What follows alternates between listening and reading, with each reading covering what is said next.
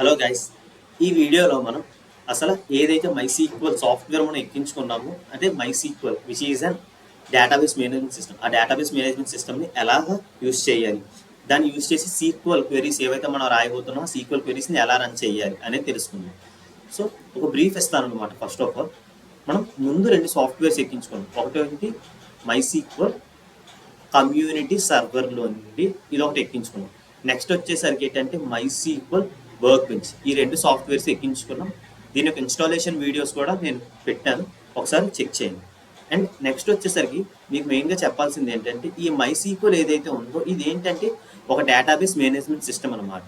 So దీనిలోని మనం SQL queries అనేవి రన్ చేస్తాం.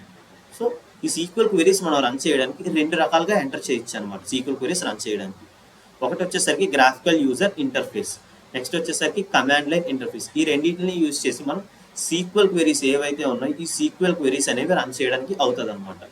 సో ఫస్ట్ థింగ్ ఏంటంటే మనం కమాండ్ లైన్ ఇంటర్ఫేస్ అనేది ఎలా యూజ్ చేయాలో తెలుసుకుందాం. మీరు ఇక్కడ మీ దగ్గర ఏదైతే సర్చ్ ట్యాబ్ ఉంటుందో ఈ సర్చ్ ట్యాబ్కి వెళ్ళేసి CMD అని క్లిక్ చేశారనుకోండి, మీకు కమాండ్ ప్రాంప్ట్ అనేది ఓపెన్ అవుతుంది అనమాట. కమాండ్ ప్రాంప్ట్ ఓపెన్ అయిన తర్వాత ఒక బేసిక్ కమాండ్ అనమాట. కమాండ్ చాలా చిన్నది. సో ఈ కమాండ్ మీరు రన్ చేశారనుకోండి, MySQL -u root-p అని ఎంటర్ చేసిన తర్వాత మీకు మీ పాస్వర్డ్ అనేది అడుగుతుంది అనమాట. సో మీరు ఆ పాస్వర్డ్ ఎంటర్ చేశారు అనుకోండి, మీ డేటాబేస్లోకి మీకు యాక్సెస్ అనేది ఉంటుంది. So MySQL -u root-p. So మీకు పాస్వర్డ్ ఉంది. సో నేను నా డేటాబేస్కి సెట్ చేసుకున్న పాస్వర్డ్ అయితే నేను ఎంటర్ చేసేసాను, కనెక్ట్ అయిపోయింది, MySQL అని వచ్చింది. సో ఇప్పుడు నాకు ఈ ప్రెసెంట్ ఏదైతే నేను సిస్టమ్ వాడుతున్నానో అందులోనే డేటాబేస్ ఉంది కదా. సో అందులో అసలు ఎన్ని డేటాబేసెస్ ఉన్నాయి అవి చేయడానికి నేను షో డేటాబేసెస్, ఇది ఒక క్వెరీ అనమాట. ఈ క్వెరీని రన్ చేసేటప్పుడు మీరు చూసినట్లయితే ఇక్కడ నాకు సిస్టంలో ఏ డేటాబేసెస్ ఉన్నాయో ఆ డేటాబేసెస్ డేటా అంతా వచ్చింది. ఇన్ఫర్మేషన్ స్కీమా అని, MySQL అని, పర్ఫార్మెన్స్ స్కీమా అని, సిస్ అనేసి ఇలాగ వచ్చాయన్నమాట. సో ఇక్కడ మనం ఏం చేసాం, ఈ కమాండ్ లైన్ ఇంటర్ఫేస్ యూజ్ చేసి ఒక క్వెరీ రన్ చేసి ఎగ్జిక్యూట్ చేసాం అనమాట. సో ఈ విధంగా మనం కమాండ్ లైన్ ఇంటర్ఫేస్ యూజ్ చేసి కూడా మనం క్వెరీస్ అనేవి రన్ చేయడానికి అవుతుంది. This is the first method. So second method వచ్చేసరికి ఏంటి, సెకండ్ మెథడ్ వచ్చేసరికి graphical user interface method. So graphical user ఇంటర్ఫేస్ని ఎలా యూజ్ చేస్తామంటే దానికోసం మనం ప్రీవియస్గా ఇన్స్టాల్ చేసుకున్న MySQL వర్క్ బెంచ్ ఉంది కదా, దీన్ని ఎంటర్ అవుతాం అనమాట. సో ఎంటర్ అయిన తర్వాత నేనైతే ప్రీ డిఫైన్డ్గా పాస్వర్డ్ని సేవ్ చేసుకున్నాను. బట్ మీరు క్లిక్ చేసేటప్పుడు ఏంటంటే పాస్వర్డ్ని అడుగుతుంది అనమాట. సో ఆ పాస్వర్డ్ అనేది ఎలా ఎంటర్ చేయాలో అది కొంచెం ఎంటర్ చేసేసుకోండి. సో ఎంటర్ చేసుకున్న తర్వాత ఇప్పుడు మనం చూసినట్లయితే ప్రెసెంట్ క్లోజ్ చేద్దాం, ప్రీవియస్గా ఫైల్ ఓపెన్ అయిపోయింది, దీన్ని క్లోజ్ చేద్దాం. క్లోజ్ చేసినట్లయితే అసలు ఈ వర్క్ బెంచ్ అనేది ఎలా వాడాలని మీకు డౌట్ రావచ్చు. సో ఒక బేసిక్ ఇంట్రడక్షన్ ఇస్తాను ఈ వర్క్ బెంచ్ కోసం కూడా. మీరు వర్క్ బెంచ్లో చూసినట్లయితే ఇక్కడ అడ్మినిస్ట్రేషన్ అని ఉంటుంది. ఈ అడ్మినిస్ట్రేషన్లో ఏం చేస్తామంటే ఈ సర్వర్ స్టేటస్ కానీ, క్లయింట్ కనెక్షన్స్ కానీ, డేటాని ఇప్పుడు మన డేటాబేస్ ఉందనుకోండి దాని నుంచి డేటా ఎక్స్పోర్ట్ చేయాలంటే ఈ పక్క వాళ్ళకి ఎవరికో నేను డేటాబేస్ నుంచి ఫైల్ ఇవ్వాలి.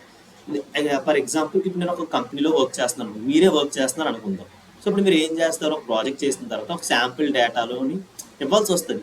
లేకపోతే ఒకవేళ డేటా మొత్తం రీస్టోర్ చేసుకోలేదు అనుకుంటే, ఇప్పుడు ఫెయిల్ అయిపోయింది అనుకుంటే, మొత్తం క్రాష్ అయిపోయింది, డేటా పోతుంది. సో మీరు ఎక్స్పోర్ట్ చేసుకుంటారు. లేకపోతే అలాంటి కేసులు మీ డేటా అనేది ఒకవేళ క్రాష్ అయిపోయింది అనుకో, డేటా పోయింది అనుకో, అప్పుడు మీరు ఏం చేసుకుంటారు, ఏదైతే డేటాబేస్ మనం ప్రీవియస్గా సేవ్ చేసుకున్నాం డేటా అనేది దాన్ని ఇంపోర్ట్ చేసుకుంటారు. సో అలాంటివి డేటా ఎక్స్పోర్టింగ్కి, ఇంపోర్టింగ్కి, సో సర్వర్ యొక్క స్టేటస్కి, సర్వర్ యొక్క లాగ్స్ మెయింటైన్ చేయడానికి ఇవన్నీ పనికొస్తాయి. బట్ ఇవేవి మనకు అవసరం లేదు. ఇది ఏంటంటే ఇండస్ట్రీ ప్రాక్టీసెస్, ఇండస్ట్రీ స్టాండర్డ్స్, ఒక ప్రాజెక్ట్ రియల్ టైం ప్రాజెక్ట్ చేస్తున్నప్పుడు ఇవన్నీ యూజ్ అవుతాయి అన్నమాట. బట్ ఇప్పుడు మనకి మెయిన్గా ఏం కావాలంటే లెర్నింగ్ ఫేస్లో స్కీమాస్. సో ఈ స్కీమాస్ ట్యాబ్ని క్లిక్ చేస్తారు. ఈ స్కీమాస్ ట్యాబ్ని క్లిక్ చేసేటప్పుడు మనకి ఏమవుతుందంటే ఇక్కడ క్లియర్లీ అసలు మన దగ్గర ఎన్ని డేటాబేసెస్ ఉన్నాయి. ప్రెసెంట్ చూసాం మన దగ్గర ఒకే ఒక్క డేటాబేస్ ఉంది. సో అదేంటంటే డిఫాల్ట్గా మనం ప్రొవైడ్ చేస్తున్న sys database which is a system database అనమాట. సో దీంతో పాటు మనం ఇప్పుడు ఏం చేద్దాం అనుకుంటున్నామంటే ఒక రియల్ టైం డేటాని, ఏదైతే రియల్ టైం డేటా ఉంటుందో ఆ రియల్ టైం డేటాని మనం ఇంపోర్ట్ చేసుకుందాం. బయట నుండి ఇంపోర్ట్ చేసుకొని ఆ డేటాబేస్ మీద క్వెరీస్ అనేవి రన్ చేయబోతున్నాం. ఎందుకు తెలుసా ఇలా చేస్తున్నాం, సో దట్ మీకు రేపు పొద్దున్న కంపెనీలోని ఫస్ట్ ఇచ్చే టాస్క్ ఏమైనా అయ్యేటప్పుడు మీకు ఏంటంటే సమ్ డేటా ఫైల్ అనేది ఇచ్చి దాన్ని మీరు మీ సిస్టంలో ఇంపోర్ట్ చేసుకుని దీని మీద రన్ చేయి, దీని మీద ఒక శాంపుల్ ఫీచర్ రెడీ చేయి, వర్క్ అయితే నెక్స్ట్ దానికి ఫర్దర్గా మూవ్ అవుదాం అని అంటారు. సో ఇది మీకు చాలా హెల్ప్ అవుతుంది అనమాట. అండ్ ఇంటర్వ్యూస్లో మీరు చెప్పేటప్పుడు కూడా మీరు చెప్పొచ్చు, నేను క్వెరీస్ ఏమో మామూలుగా ప్రాక్టీస్ చేయలేదు, నేను ఒక రియల్ టైం డేటాబేస్ తీసుకొని అంటాం. అప్పుడు వాడు అడుగుతాడు రియల్ టైం డేటాబేస్ నువ్వు ఎలా తీసుకున్నావు అంటే నేను అప్పుడు చెప్తాను ఇలా తీసుకున్నాం, ఇలా ఇంపోర్ట్ చేసుకున్నాం, స్టెప్ బై స్టెప్ చెప్తాను. సో చూడండి ఇది ఒకటి. సో ఇలా మనం చేయబోతున్నాం. సెకండ్ది ఏంటంటే ఇప్పుడు మనం చూసుకున్నట్లయితే ఇక్కడ కిందన ఒకటి ఉంటుంది అనమాట. ఈ కింద ట్యాబ్ ఇది ఏంటంటే మనకి లాగ్స్ ఇస్తుంది అనమాట. లైక్ ఒక డేటాబేస్ని క్రియేట్ చేసినప్పుడు కానీ డేటాబేస్లో డేటాని చేంజ్ చేసినప్పుడు కానీ చేంజ్ అవుతున్నాయి కదా, అలా ప్రతిదీ లాగ్ చేసి పెడుతుంది అనమాట ఈ కింద ఉండేది. నెక్స్ట్ వచ్చేసరికి ఇవి ప్యానల్ సైడ్ బార్స్, ఇవి మీరు క్లోజ్ ఓపెన్కి, ఇది పైకి కింద ఇది క్లోజ్ చేయడానికి, ఇంతకన్నా ఏం యూజ్ ఉండదు. సో నెక్స్ట్ ఇంకా మెయిన్ ఫీచర్ ఏంటంటే ఈ ప్లస్ బటన్. సో ఇప్పుడు మీ ప్లస్ బటన్ మీద క్లిక్ చేశాను అనుకోండి, చూడండి జస్ట్ పవర్ చేస్తున్నాను, పవర్ చేశాను అనుకోండి, మీకు ఏంటంటే ఇక్కడ విండో అనేది ఓపెన్ అవుతుంది. ఈ విండో దేనికి యూజ్ అవుతుంది అంటే జనరల్గా ఇందులో మనం చూసినట్లయితే షో డేటా బేసిస్ అని ఒక కమాండ్ రన్ చేశాం కదా, షో డేటా బేసిస్ అని. సో ఇప్పుడు నాకు ఇది ఎగ్జిక్యూట్ కావాలనుకోండి, దీన్ని క్లిక్ చేస్తాను, సెకండ్ క్లిక్ చేస్తాను. సో క్లిక్ చేసినప్పుడు ఏదైతే డేటా బేసిస్ ఉన్నాయో ఆ డేటా బేసిస్ అని వచ్చాయన్నమాట. సో అలాగా ఏదైతే క్వెరీ మీరు రాస్తారో ఆ క్వెరీని ఎగ్జిక్యూట్ చేయడం కోసం ఈ టేబ్స్ అనేవి మీకు యూజ్ అవుతాయి. మల్టిపుల్ ట్యాబ్స్, మీకు ఎన్ని ట్యాబ్స్ కావాలంటే అన్ని ట్యాబ్స్ ఓపెన్ చేసుకోవచ్చు, బట్ మనకు ఒక ట్యాబ్ అయితే సరిపోతుంది బేసికల్గా. ఓకే, నెక్స్ట్ ఇది జస్ట్ ఏంటంటే ఈ లైన్ దేనికంటే ఒక పర్టికులర్ సెలెక్ట్ చేసిన క్వెరీని మాత్రమే రన్ చేయడానికి. ఇది అలా కాకుండా మీకు ఒక కంప్లీట్ డేటాబేస్ ఫైల్ అనేది వచ్చేసింది. సో అప్పుడు దాన్ని ఎగ్జిక్యూట్ చేయాలంటే ఎలా? సో దేన్ని సెలెక్ట్ చేయకుండా మొత్తం ఏదైతే ఈ క్వెరీ ట్యాబ్లో ఉంది, ఈ ట్యాబ్లో ఏదైతే ఉన్నదో ఈ ట్యాబ్ మొత్తాన్ని ఎగ్జిక్యూట్ చేయాలి అనుకుంటే ఇందులో ఏదైతే క్వెరీస్ కానీ కమాండ్స్ కానీ ఏదైతే ఉన్నా అన్ని ఎగ్జిక్యూట్ చేయాలంటే single without any selection just ఈ ఫస్ట్ క్లిక్ చేస్తారు. లేదా నాకు ఒక స్పెసిఫిక్ కమాండ్ మాత్రమే కావాలనుకుంటే ఈ సెకండ్ క్లిక్ చేస్తారు. సో దీన్ని చెక్ చేద్దాం అసలు ఎలా చేస్తారు ఏంటి, ఇవి కూడా చెక్ చేద్దాం అనమాట. ఓకే, క్లోజ్ చేద్దాం. సెకండ్ది ఏంటంటే ఒక రియల్ టైం డేటాబేస్ని ఇంపోర్ట్ ఎలా చేసుకుంటాం.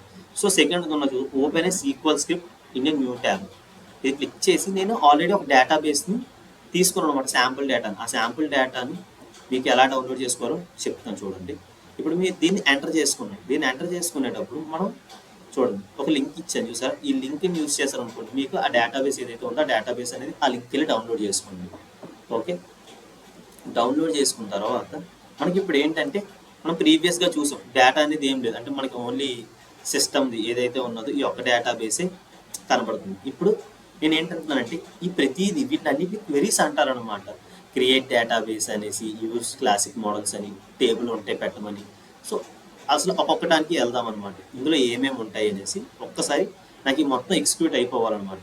సో ఇప్పుడు చూడండి ప్రజెంట్ అయితే ఎలా ఉంది కదా యాక్షన్ అవుట్పుట్, మనం క్లోజ్ చేసి చూద్దాం. సో ఇప్పుడు ఏంటంటే అసలు రన్ చేసి చూద్దాం, మొత్తాన్ని రన్ చేసి చూద్దాం, అన్నీ రన్ అవ్వాలి కాబట్టి. ఇప్పుడు మనం రన్ చేసినట్లయితే మీరు ఇక్కడ చూడొచ్చు, ఇక్కడ మనం చూసినట్లయితే చూడండి ఇక్కడ షో డేటాబేసెస్ అని దాఖలు రన్ చేసాం. దాని తర్వాత క్రియేట్ డేటాబేస్, క్లాసిక్ మోడల్స్ అని ఒక డేటాబేస్ క్రియేట్ చేయమని చెప్తాను. మొత్తం యాక్టింగ్ ఇందులో ఉన్న ప్రతిదీ. దాని తర్వాత యూజ్ క్లాసిక్ మోడల్స్ అంటే ఇప్పుడు క్లాసిక్ మోడల్స్ అనే డేటాబేస్ మనం యూజ్ చేయాలి. అంటే ఒక డేటాబేస్ క్రియేట్ చేసాం అనమాట మనం ఇక్కడ క్లాసిక్ మోడల్స్ అని. దాని తర్వాత డేటాబేస్ని యూజ్ చేయమని చెప్తున్నాము. సో ఇవి ఇలాగ డ్రాప్ డేటాబేస్ చూసారు. ఇప్పుడు అంటే ఏదైనా ఎర్రర్ వచ్చినా ఏదైనా సక్సెస్ఫుల్ అయినా ఇక్కడ మనకి కింద లాగ్స్లో అనేది చూపిస్తుంది అనమాట. సో మీరు అడగచ్చు అన్న ఇక్కడ చూపించట్లేదు ఎందుకు మరి డేటాబేస్ ఉందన్నట్టు. జస్ట్ మనం ఇక్కడ రిఫ్రెష్ చేసినట్లయితే ఇప్పుడు చూడండి ఇక్కడ చూసారా, ఇప్పుడు ఐ థింక్ జూమ్ చేయడానికి అవుతుంది అనుకుంటా. Let's try. Okay okay Zoom అవ్వట్లేదు. సో ఇప్పుడు ఏంటంటే ఇక్కడ మీరు చూసినట్లయితే ఇది బ్లాక్ కలర్గా మార్క్ అయి ఉంది, అంటే ప్రెసెంట్ ఈ క్లాసిక్ మోడల్స్ డేటాబేస్ అనేది యూజ్ అవుతున్నాము. ఫర్ సపోజ్ ఇప్పుడు ఒక కొత్త క్వెరీని తీసుకున్నాను, లైక్ ఒక కొత్త ట్యాబ్ని తీసుకున్నాం, ఒక కొత్త ట్యాబ్ని తీసుకొని లేదా కొత్త ట్యాబ్ అవసరం లేదు ప్రీవియస్ ట్యాబ్లోని. సో స్పెసిఫిక్గా ఈ క్లాసిక్ మోడల్స్ డేటాబేస్ ఉంది కదా, ఈ డేటాబేస్లో అసలు ఏమేమి ఉంటాయి చూసుకున్నట్లే మనకి టేబుల్స్ అని, వ్యూస్ అని, స్టోర్డ్ ప్రొసీజర్స్ అని, ఫంక్షన్స్ అని ఉన్నాయి. బట్ మనకి ఏంటంటే జస్ట్ టేబుల్స్ వరకు తెలిస్తే సరిపోతుంది. సో టేబుల్స్ మీద క్లిక్ చేసేటప్పుడు మనకి ఒక కస్టమర్ టేబుల్ అనేది ఉన్నది. సో ఇప్పుడు మనం చూసుకున్నట్లయితే ఓకే ఇది కొంచెం మూవ్ చేద్దాం. ఇప్పుడు చూడండి, సో ఇప్పుడు మనం చూసినట్లయితే కస్టమర్ది టేబుల్ కావాలి. సో ఈ కస్టమర్ టేబుల్లో ఏ డేటా ఉంది ఎలా ఉన్నది అని కూడా మనకు చూపిస్తుంది అనమాట. ఇది మనకి కొంచెం డ్రాప్ చేద్దాం. సో మనకి ఇప్పుడు అయితే ఇది అవసరం లేదు కాబట్టి ఇది క్లిక్ చేస్తున్నాం. ఇప్పుడు చూడండి ఈ కస్టమర్ ఏదైతే డేటా ఉందో ఈ క్లాసిక్ మోడల్స్ దాంట్లో కస్టమర్ అని ఒక టేబుల్ క్రియేట్. ఆ కస్టమర్ టేబుల్లో కస్టమర్ యొక్క నెంబర్, కస్టమర్ యొక్క name, contact last name, contact first name, phone number, address లేని అడ్రస్. సో ఇవన్నీ ఉంటాయి అనమాట కస్టమర్ టేబుల్. అంటే ఏ డేటా ఉన్నదో కస్టమర్ టేబుల్లో కస్టమర్ నెంబరు, నేమ్, ఈ డేటా అంతా వచ్చింది. అండ్ మీరు ఇక్కడ చూసుకున్నట్లయితే ఈ కస్టమర్ నెంబర్ అనేది ప్రైమరీ కీ కింద వాడుతుంది. సో అసలు ప్రైమరీ కీ అంటే ఏంటి? నిన్నే చెప్పాను ఆల్రెడీ. ఏదైనా ఒక డేటాబేస్లో కానీ ఒక టేబుల్లో కానీ ఒక స్పెసిఫిక్ రికార్డ్ని యూనిక్గా ఐడెంటిఫై చేయడానికి మనకి ప్రైమరీ కీ అనేది యూజ్ అవుతుంది అనమాట. ఓకే, సో ఇప్పుడు మనం డేటా ఆల్రెడీ వచ్చేసింది. సో ఇప్పుడు మనం దీన్ని రన్ చేసాం అనుకోండి, రన్ చేస్తే మనకు వచ్చిందే ఈ డేటా అనమాట. ఇది ఆటోమేటిక్గా రన్ అయిపోయింది. అలా కాకుండా ఇప్పుడు మీరు అడగచ్చు, అన్న ఇక్కడ క్లాసిక్ మోడల్స్ డాట్ కస్టమర్స్ అనే వాడాలా, వై నాట్ డైరెక్ట్గా కస్టమర్స్ అని వాడకూడదు, సెలెక్ట్ స్టార్ ఫ్రమ్ టేబుల్ అని డైరెక్ట్గా ఇలా వాడచ్చు. బట్ ఇది ఎప్పుడు వర్క్ అవుతుందో చూద్దాం. ఇది ఇప్పుడు ఉంది, మనం రన్ చేసాం, ఇది ఎగ్జిక్యూట్ అయింది, డేటా వస్తుంది. బట్ నేను ఏమంటున్నానంటే నేను డబుల్ క్లిక్ చేశాను అనుకోండి, ఇక్కడ సపోజ్ ఇప్పుడు మనం ఒక సిస్ డేటాబేస్ని వాడదాం అనుకోండి, డబుల్ క్లిక్ చేశాను.